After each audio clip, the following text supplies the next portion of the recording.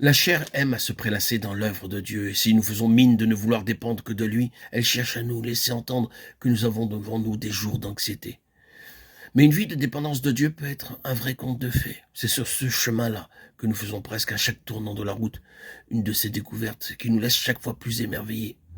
On peut se sentir à demi-mort à un moment donné et 5 minutes plus tard, pour peu que Dieu nous donne quelque chose à faire, se sentir envahi par un renouveau de vie, quoique dépendons de lui pour les moindres mouvements. Mais on apprend à le connaître sur ce chemin. Puis, après cette expérience, voilà de nouveau si anéanti que tout à l'heure.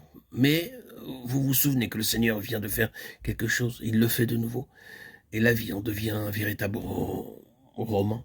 Personne ne se doute autour de vous qu'en telle ou telle circonstance, vous en étiez réduit à attendre de Dieu jusqu'à la force même nécessaire pour respirer. Quelle bénédiction de pouvoir se dire que c'est Dieu qui l'a fait et que livré à vous-même, vous n'y seriez jamais parvenu. Ce qui est impossible sur le plan naturel et humain, Dieu en vient à vous. Prolongez les lignes dans le domaine de l'Église, bien-aimé. Appliquez le test. Pour nous, je ne voudrais ni juger, ni critiquer, ni faire des distinctions inopportunes. Mon seul souci est d'être fidèle. Pour nous, notre foyer spirituel doit être là où le Seigneur Jésus est le plus honoré. Notre communion fraternelle doit avoir son centre là où Dieu trouve le plus pleinement son compte, où Christ est tout et en tout. C'est là ce qui doit être l'Église pour nous. Nous ne devons pas nous laisser lier par des traditions, par une appellation ecclésiastique ou par un extérieur qui en impose.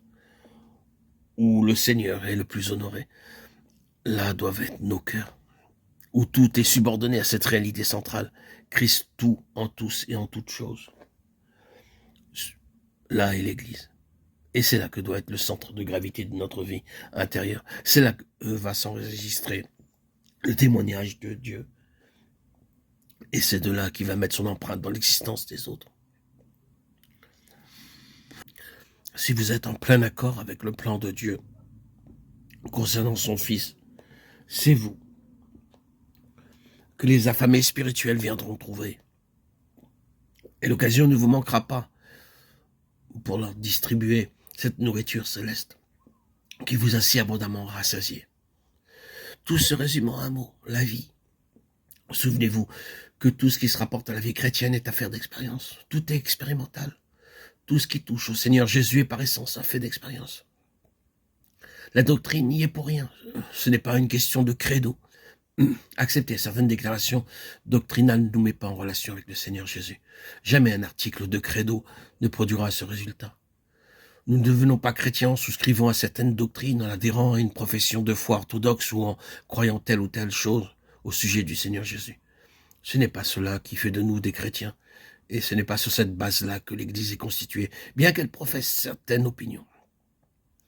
Il faut que tout soit forgé sur l'enclume de l'expérience.